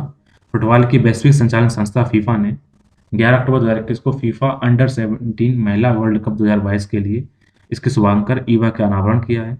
ये ध्यान रखिएगा, इसका शुभांकर का नाम क्या होगा? ईवा। मुख्यमंत्री राशन आपके द्वार योजना मध्य प्रदेश सरकार ने चालू की है। तो मुख्यमंत्री राशन आपके द्वार योजना के अंतर्गत है क्या?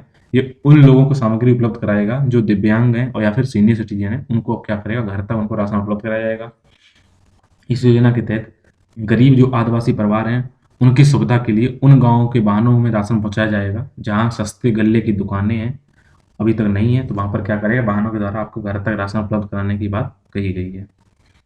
एक और जीआई टैग के बारे में बात करेंगे, तो करूपुलर कलमकारी पेंटिंग और कल्ला कुर्ची लकड़ी की नक्काशी को जीआई टैग मिला हुआ है। तो अक्टूबर 2021 में तमिलनाडु में पारंपरिक डाई पेंटेड अलंकृत और पैटर्न वाले कपड़े करूपर कलमकारी पेंटिंग, ध्यान रखना, करूपर कलमकारी पेंटिंग और आर कल्ला कुर्चा लकड़ी नक्काशी का जीआई टैग कहाँ मिला हुआ है? ये मिला हुआ है तमिलनाडु में। तो कलमकारी अगर पेंटिंग की बात की जाए तो ये शुद्ध सूती कपड़े पर की जाती है, जो मुख्य रूप से मंदिर में छाता कवर और रथ कवर के रूप में उपयोग होता है। अगर मंदिर में कवर बनाना है, छाता कवर बनाना है, रथ पे कवर बनाना है, उस पर पेंटिंग जो होती है वो कौन सी होती है? कलमकारी पेंटिंग होती है। ये सूती के कपड़े पर बांस के पेड़ और नारियल के पेड़ के तने से बने पेन और ब्रश का उपयोग करके जटिल रूप से बनाई जाती है। कलमकारी पेंटिंग अरियालूर जिले में, करूपर व उसके आसपास के गांव में एक, और तंजावुर जिले में किया। ध्यान रखना, तंजावुर भी इंपॉर्टेंट है ऐतिहासिक दृष्टि से, ये भी तमिलनाडु में है। अगर दस्तावेजी साक्ष्यों से बात की जाए तो पता चलता है कलमकारी पेंटिंग 17वीं शताब्दी की शुरुआत में जो नायक शासक हैं उनके समक्षा में विकसित की गई है। ये है कलमकारी पेंटिंग। अगर हम बात करते हैं कल्ला कुर्सी लकड़ी की नक्काशी, अब देखिएगा ये पूरा ये लकड़ी की नक्काशी की गई है। ये लकड़ी की नक्काशी का अनूठा रूप है जिसमें शिल्पकारों द्वारा पारंपरिक शैलियों से प्राप्त अलंकरण और डिजाइनों का उपयोग किया जाता है। तो कल्ला कुर्सी लकड़ी की नक्काशी को भी जीआई टैग मिला हुआ है। इसमें मंदिर से संबंधित वस्तुओं और फर्नीचर की नक्काशी माहिर होते हैं। ये देख लीजिए, मंदिर से स्थित एक वस्तु है, मूर्ति है। कल्ला कुर्सी लकड़ी की नक्काशी मुख्य रूप से कल्ला कुर्ची जिले के कल्ला कुर्ची, चिन्ना सेलम और थ्रीकोवलूर तालुकों में की जाती है।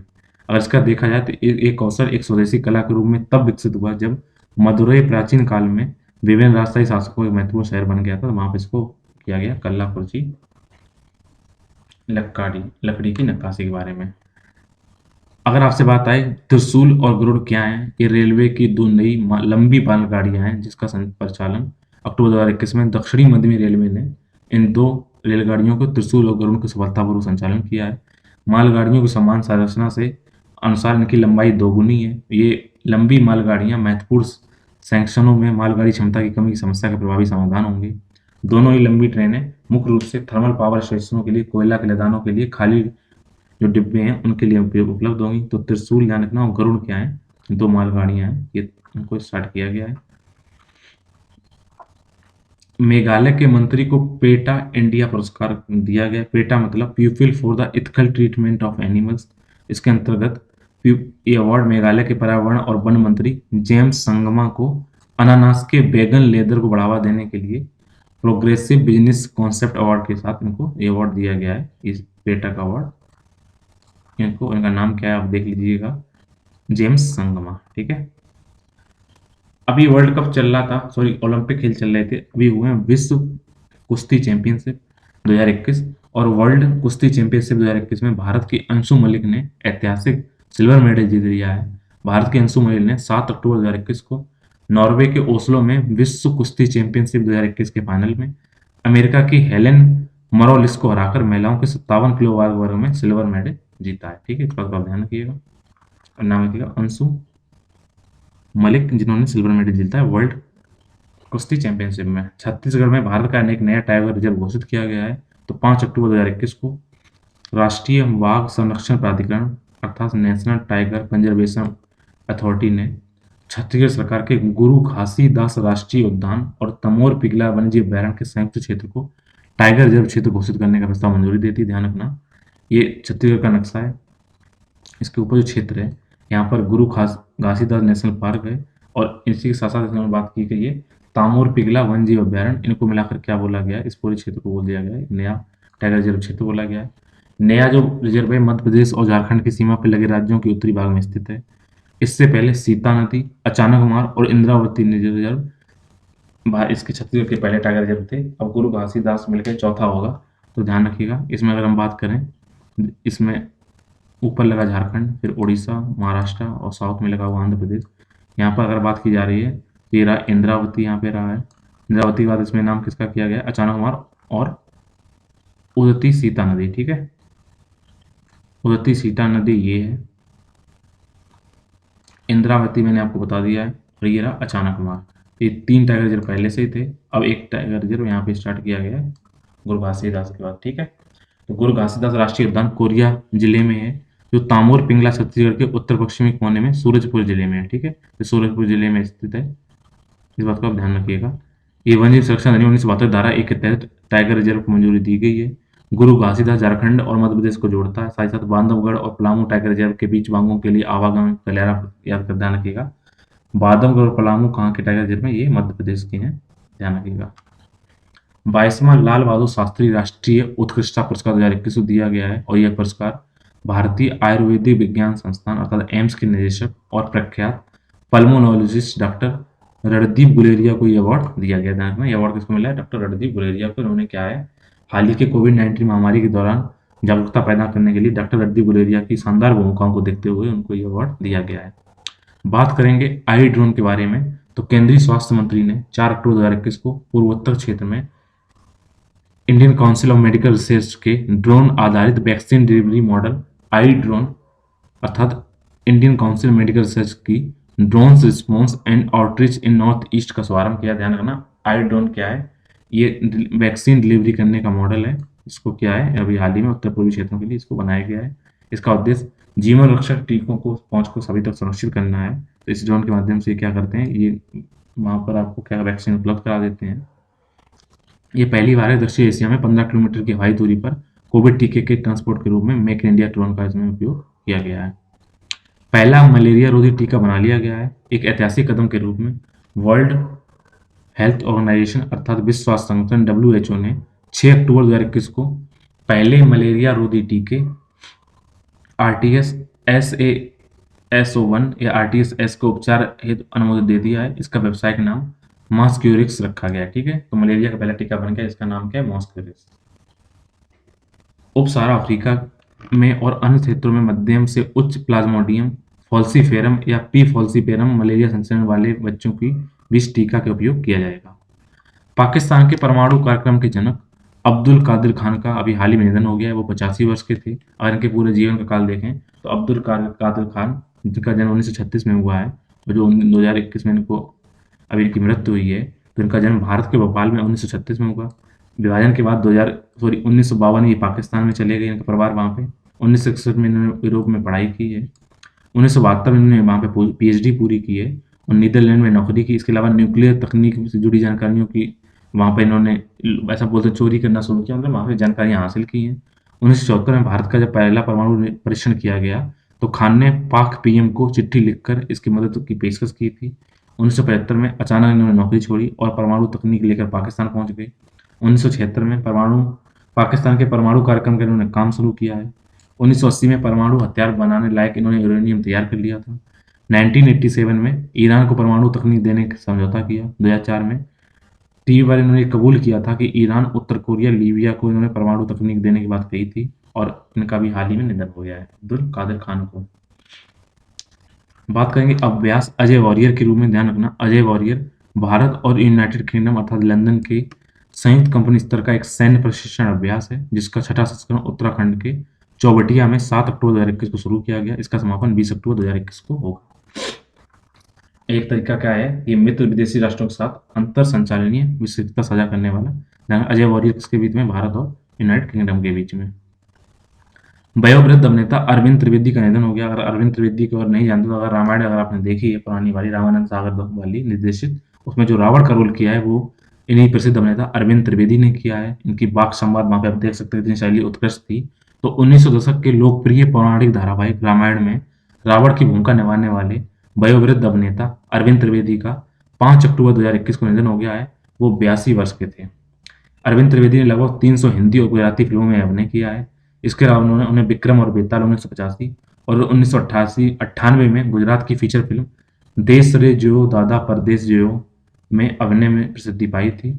1991 में अरविंद त्रिवेदी को भारतीय जनता पार्टी के सदस्य के रूप में साबरकांठा निर्वाचन क्षेत्र में संसद सदस्य के रूप में भी इनको चुनाव हुआ है। वनडे में शतक लगाने वाले सबसे युवा बल्लेबाज अब आयरलैंड की एमी हंटर बन गई हैं। तो 11 अक्टूबर 2021 को आयरलैंड की एमी हंटर ने अपने 16वें जन्मदिन के अवसर पर जिम्बाब्वे के खिलाफ नाबाद 121 रन बनाकर एक दिवसीय वनडे में क्रिकेट शतक लगाने वाली सबसे युवा बल्लेबाज का गौरव हासिल कर लिया। ध्यान रखना, अब है एमी हंटर। अगर क्वेश्चन आता है कि विश्व में सबसे युवा बल्लेबाज कौन है जिन्होंने शतक लगाया, तो 16 वर्ष की उम्र में एमी हंटर ने लगाया है। इन्होंने क्या किया है, बेलफास्ट की स्कूली छात्रा एमी ने भारत की जो मिताली राज हैं जिन्होंने जून 1999 में 16 साल और 205 दिन की उम्र में आयरलैंड के खिलाफ नाबाद 114 रन बनाए थे, उनका रिकॉर्ड तोड़ दिया है।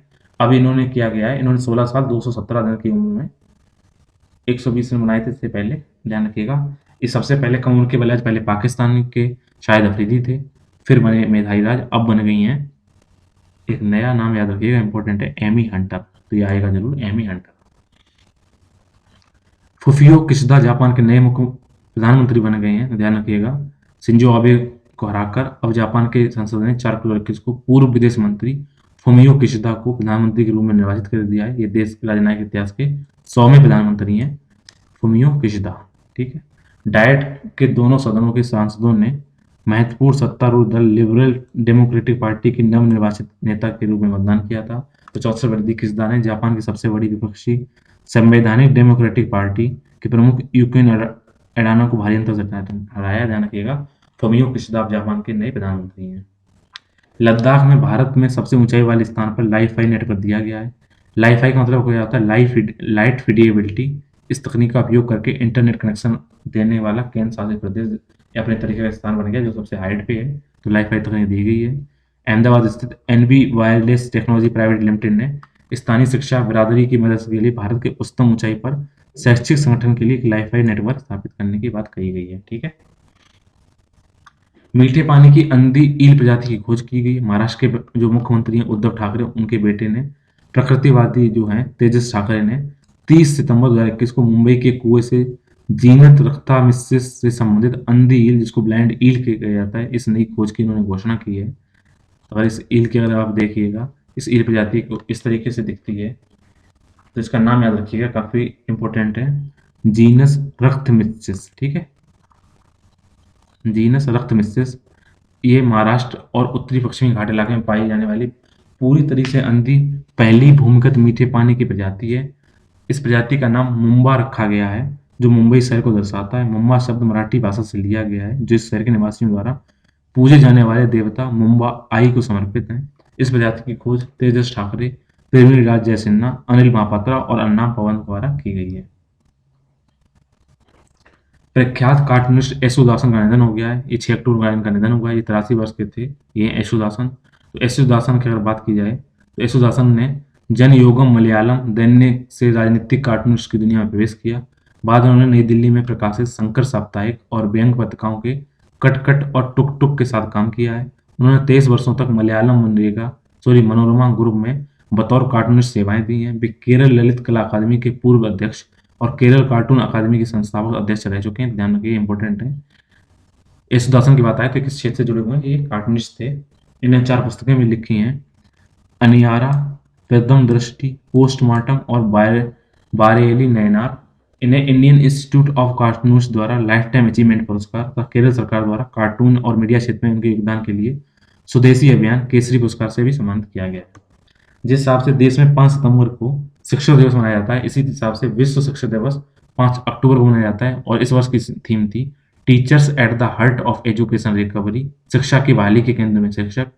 1994 में यूनेस्को ने शिक्षकों के योगदान और उनकी उपलब्धियों के बारे में जागरूकता पैदा करने के लिए अंतर्राष्ट्रीय शिक्षक दिवस की शुरुआत 5 अक्टूबर को की है।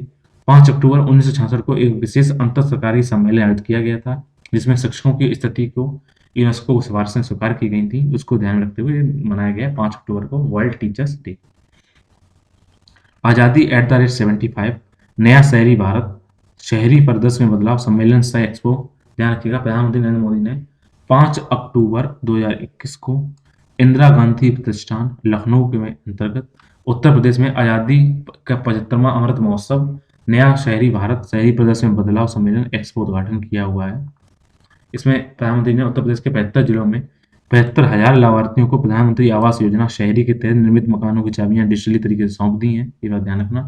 प्रधानमंत्री ने स्मार्ट सिटी मिशन और अमृत के तहत उत्तर प्रदेश के 72 शहरी विकास परियोजनाओं का उद्घाटन किया, उनका शिलान्यास किया है। इसके अलावा उन्होंने फेम, जो कि फास्टर एडेप्टेशन ऑफ, जो यहाँ पे हाइड्रोजन ईंधन की बात की जा रही है, इस 2 की योजना के तहत लखनऊ, कानपुर, वाराणसी, प्रयागराज, गोरखपुर, झांसी और गाजियाबाद के 75 बसों को हरी झंडी दिखाई है। इस सम्मेलन से एक्सपो का आयोजन आवास और शहरी कार्य मंत्रालय द्वारा 5 से 7 अक्टूबर 2021 को किया गया है। इस एक्सपो की थीम की बात की जाए, इसका एक्सपो की थीम थी ट्रांसफॉर्मिंग अर्बन लैंडस्केप अर्थात शहरी परिदृश्य में बदलाव, और यह मुख्य रूप से उत्तर प्रदेश में उल्लेखनीय परिवर्तन पर आधारित है। बात करेंगे अभ्यास सूर्यकिरण के बारे में, तो ध्यान रखना, अभ्यास सूर्यकिरण है वो भारत और नेपाल के संयुक्त बटालियन स्तर पर सैन्य प्रशिक्षण अभ्यास है, जिसको पिथौरागढ़ उत्तराखंड में आयोजित किया गया 2021 का। तो अभ्यास सूर्यकिरण कहाँ है? भारत और नेपाल के बीच में किया जाता है। अभ्यास अगर मित्र शक्ति की बात की जाए तो भारत और श्रीलंका के बीच में किया जाता है, और इस वर्ष श्रीलंका के पूर्वी जिले अम्पारा में 4 अक्टूबर 2021 को कॉन्वेंट ट्रेनिंग स्कूल में 12 दिवसीय सैन्य अभ्यास एक्सरसाइज मित्र शक्ति की गई। तो अभ्यास सूर्यकिरण कहाँ का है? नेपाल का। और मित्र शक्ति कहाँ की? श्रीलंका की है। ठीक है। 2 अक्टूबर गांधी जयंती के अवसर पर अंतर्राष्ट्रीय अहिंसा दिवस मनाया जाता है। भारतीय स्वतंत्रता आंदोलन में अग्रणी और अहिंसा के दर्शन के लिए अवधूत माने जाने वाले महात्मा गांधी के जन्म दिवस के अवसर पर अंतर्राष्ट्रीय अहिंसा दिवस मनाया जाता है। संयुक्त राष्ट्र महासभा ने 2007 में अपनाए गए एक प्रस्ताव में शिक्षा और जन जागरूकता के माध्यम से अहिंसा के संदेश फैलाने के अवसर पर इस दिवस की स्थापना की थी, अंतर्राष्ट्रीय अहिंसा दिवस। बात करेंगे कैरिबियाई प्रीमियम लीग की। जैसे आईपीएल होता है ऐसे ही होता है कैरिबियाई प्रीमियम लीग, तो इसका ध्यान रखिएगा। तो 15 सितंबर 2021 को वार्नर पार्क वेस्ट्री सेंट किट्स में खेले गए कैरिबियाई प्रीमियम लीग 2021 के फाइनल में सेंट किट्स नेवल पेट्रियोट्स ने सेंट लूसिया किंग्स को 3 विकेट से हराकर खिताब जीता। ध्यान रखना। तो कैरिबियाई प्रीमियर लीग के विजेता कौन है? St Kitts Nevis Patriots. US Open 2021 के बारे में अगर बात की जाए तो ध्यान रखिएगा, यूएस ओपन काफी उलटफेर हुए हैं। तो यूएस ओपन 2021 में पुरुष एकल विजेता हैं डेनिल मेदवेदेव, इन्होंने किसको हराया है? इन्होंने नोवाक जोकोविच को हराया। और महिला एकल विजेता हैं एम्मा रादुकानु। ठीक है। तो अगर हम बात करें यूएस ओपन की, तो ब्रिटेन की उभरती सनसनी एम्मा राडुकानु ने कहाँ की हैं? ब्रिटेन की हैं एम्मा राडुकानु। इन्होंने कनाडा की लेला फर्नांडेज को हराकर यूएस ओपन 2021 टेनिस टूर्नामेंट जीत लिया है। 18 वर्ष की एम्मा राडुकानु ने इनको 6-4, 6-3 से हराया है। राडुकानु 53 वर्षों में यूएस ओपन खिताब जीतने वाली पहली ब्रिटिश महिला बन गई, इसलिए और इंपॉर्टेंट हो जाता है। इनका नाम याद रखिएगा, एम्मा राडुकानु। अंतिम बार वर्जीनिया वेल्ड ने 1968 में ब्रिटेन के लिए यूएस ओपन खिताब जीता था, तो इतने वर्षों बाद जीती हैं। तो नाम याद रखिए, एम्मा राडुकानु। और 6-4, 6-4, 6-4 से हराकर डेनिल मेदवेदेव ने सर्बिया के नोवाक जोकोविच को हराकर ये रूस के हैं मेदवेदेव, इन्होंने ये खिताब जीत लिया है। ठीक है, ये 30 अगस्त से लेकर 12 सितंबर 2021 में यूएस ओपन आयोजित किया गया था। बात करेंगे देशभक्ति पाठ्यक्रम के बारे में, इसको दिल्ली सरकार ने चालू किया है। तो दिल्ली सरकार के मुख्यमंत्री अरविंद केजरीवाल ने 28 सितंबर 2021 को क्रांतिकारी स्वतंत्रता सेनानी भगत सिंह की जयंती पर, ध्यान रखिएगा, दिल्ली में सरकारी स्कूल में छात्रों के लिए देशभक्ति पाठ्यक्रम की शुरुआत की है। हमारे देशभक्ति क्रांतिकारी, हमें इनके जैसा बनना है, इसके तहत चालू किया गया देशभक्ति पाठ्यक्रम। ठीक है, ये पाठ्यक्रम कोई पुस्तक नहीं होगी बल्कि नर्सरी कक्षा 12 तक के छात्रों के लिए होगा। इस पाठ्यक्रम में 3 खंडों में बात किया है, नर्सरी 5 तक, 6 से 8 तक और 9 से 12 तक। इसमें 8 लर्निंग आउटकम्स हासिल करना है, जो स्व जागरूकता, आत्मविश्वास, समस्या समाधान, संवैधानिक मूल्यों का अभ्यास, प्लूरलिज्म और डाइवर्सिटी का इसमें अनोखा मिलन होगा। अभिनेता घनश्याम नायक का निधन हो गया है। अगर आपने लोकप्रिय टीवी शो तारक मेहता का उल्टा चश्मा में जो नट्टू काका का किरदार निभाने वाले दिग्गज अभिनेता, इनका नाम है घनश्याम नायक। ये 3 अक्टूबर 2021 को कैंसर कारण का निधन हो गया। ये 77 वर्ष के थे। घनश्याम नायक ने 100 से अधिक गुजराती और हिंदी फिल्मों में भी काम किया हुआ है। इन्होंने 350 से अधिक टेलीविजन शो में अभिनय किया है। तारक मेहता का उल्टा चश्मा के अलावा वह खिचड़ी और सारा भाई बनाम सारा भाई जैसे शो में अपनी भूमिकाएं के लिए जाने जाते हैं। तो नाम याद रखिएगा, घनश्याम नायक। समुद्री अभ्यास जिमैक्स को अगर आप देख लीजिएगा तो इस नाम से पता चल जाएगा। यहाँ पे जापान इंडिया मरीन एक्सरसाइज का ये शॉर्ट का नाम है, ध्यान रखिएगा। तो जापान और इंडिया के बीच में एक्सरसाइज की जाती है जिमैक्स, उसका आयोजन किया गया है। तो इस बात का आप ध्यान रखिएगा। इसके उद्देश्य की बात की है, समुद्री अभियानों में समस्त आयामों के उनके उन्नत अभ्यासों के संचालन के माध्यम से अभियानत प्रक्रियाओं की सामान्य समझ विकसित करने और अंतर संचालन की क्षमता को बढ़ाने का कार्य करता है। बात करेंगे सुप्रीम कोर्ट के फास्टर सिस्टम के बारे में। तो सितंबर 2021 में सुप्रीम कोर्ट ने इलेक्ट्रॉनिक रिकॉर्ड का त्वरित और सुरक्षित ट्रांसमिशन अर्थात fast and secure transmission of electronic records का सिस्टम पेश किया है। तो ध्यान रखिए, फास्टर सिस्टम के इसमें सुप्रीम कोर्ट ने चालू किया है। यह सुप्रीम कोर्ट की इस नई प्रणाली का उद्देश्य जमानत और गिरफ्तारी पर रोक के आदेश सहित उसके महत्वपूर्ण निर्णयों को सुरक्षित चैनल के माध्यम से जेल अधिकारियों और जांच एजेंसियों को इलेक्ट्रॉनिक रूप में सूचित किया जाएगा। ध्यान रखिएगा, फास्टर का full form fast and secure transmission for electronic records. ठीक है, इस प्रणाली का उद्देश्य यह सुनिश्चित करना है कि जितने भी विचाराधीन कैदी हैं उनको जमानती आदेशों की प्रमाणित कॉपियों में देरी ना हो और उन्हें रिहाई करने के लिए इंतजार ना करना पड़े। यह प्रणाली लोगों की अनावश्यक गिरफ्तारी और हिरासत को भी रोकेगी। इसके अलावा अधिकृत अधिकारी द्वारा डिजिटल रूप से साइन कार्रवाई या आदेशों के रिकॉर्ड की ई प्रमाणित प्रतियां फास्टर प्रणाली के माध्यम से न्याय में प्रणालियों के लिए कर्तव्यधारकों तथा duty holders of the justice system को प्रेषित की जा सकती हैं। आर्टिफिशियली इंटेलिजेंस अर्थात कृत्रिम बुद्धिमत्ता आधारित वर्चुअल असिस्टेंट मट्टू के बारे में बात की जाए। ध्यान रखिए, मट्टू कौन है? वर्चुअल असिस्टेंट हैं, आर्टिफिशियल इंटेलिजेंस पे आधारित हैं।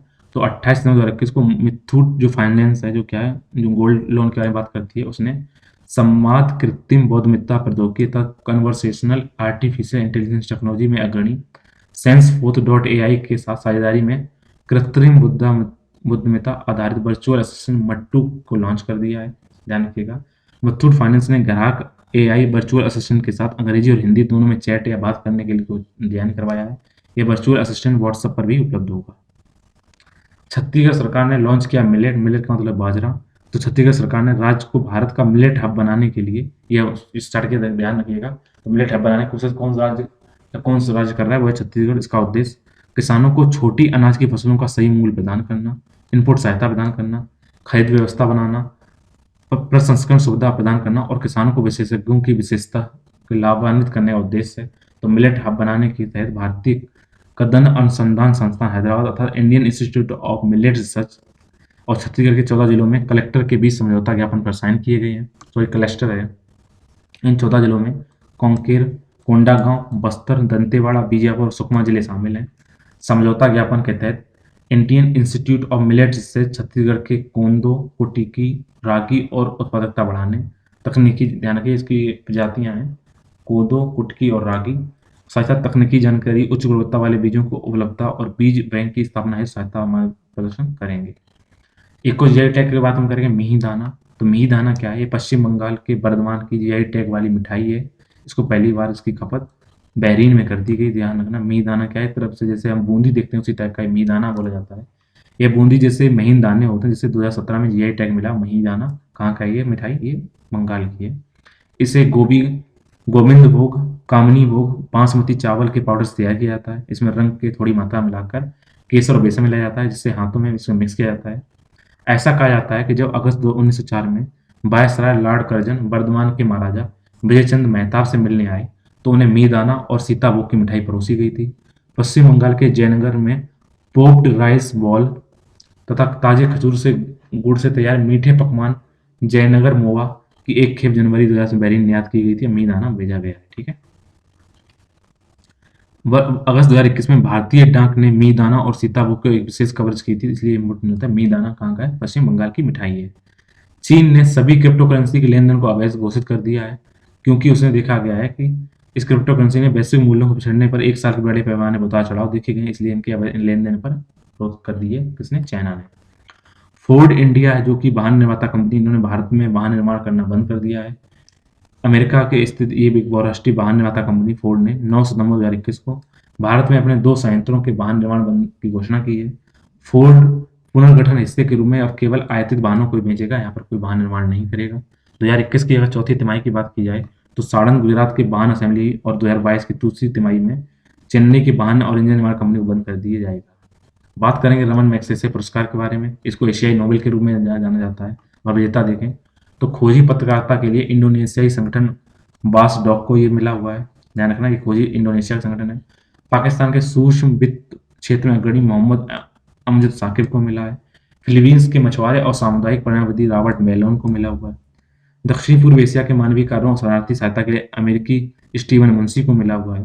और बांग्लादेशी वैक्सीन वैज्ञानिक फिरदौसी कादरी को ये अवार्ड मिला हुआ है। तो ध्यान रखिएगा, इसमें इंपॉर्टेंट है। बासडॉक संस्था को रमन मैग्सेसे पुरस्कार मिला है।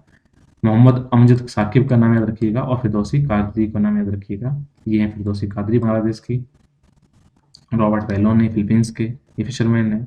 मोहम्मद अमजद का साकिब है पाकिस्तान के, पॉवर्टी एलिवेशन विजनरी और स्टीवन मुंशी हैं ऑस्ट्रेलिया के। अगर रमन मैग्सेसे पुरस्कार की बात की जाए, इसका नाम फिलीपींस के तीसरे राष्ट्रपति रेमन मैग्सेसे के नाम पर रखा गया है। 1957 में स्थापित किया गया था। यह पुरस्कार जाति, पंथ, लिंग और राष्ट्रीयता की परवाह किए बगैर एशिया में उन व्यक्तियों और संगठनों को दिया जाता है जिन्होंने अपने अपने क्षेत्रों में विशिष्टता हासिल की हुई है। साथ ही साथ ऐसे कुछ उदाहरण हैं जहाँ विजेता गैर एशियाई देशों से भी हैं, लेकिन उन्होंने कुछ ना कुछ एशिया में अपना कार्य किया हुआ है। यानी एशिया के बाहर के भी इन्होंने, उनको विजेताओं को भी मिलता है, लेकिन क्या होता है एशिया के बाहर भी, लेकिन उन्होंने एशिया में काम किया और एशिया के बाहर लोगों को मिल जाता है। बात करेंगे चक्रवात गुलाब और शाहीन के बारे में। अगर आपसे क्वेश्चन आए गुलाब शाहीन क्या है, ये चक्रवात हैं। ये कहाँ के चक्रवात हैं? ये अरब सागर में होने वाले चक्रवात हैं। तो पूर्वी तट और मध्य भारत यानी कि भारत से तीव्र वर्षा लाने के बाद महाराष्ट्र और गुजरात के चक्रवात गुलाब के प्रभावी में भारी बारिश बाढ़ देखी गई है। गुजरात और महाराष्ट्र में गुलाब का यहाँ पे देखा गया है इनका तांडव। भारतीय मौसम विज्ञान विभाग IMD के अनुसार ये गुलाब शब्द है गुल आब के रूप का उच्चारण है, जिसका अंग्रेजी अर्थ है रोज यानी गुलाब। गुलाब का नाम किसने दिया है? पाकिस्तान ने दिया है। ठीक है। चक्रवात गुलाब अरब सागर के एक चक्रवाती तूफान शाहीन के रूप में तेज हुआ था।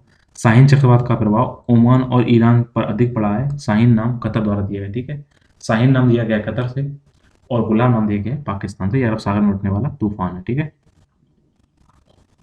बालघाट चिन्नौर चावल यही टैग हासिल करने वाले प्रथम मध्य प्रदेश की पहली कृषि उपज थी। ध्यान रखिएगा, ये इंपॉर्टेंट हो जाता है।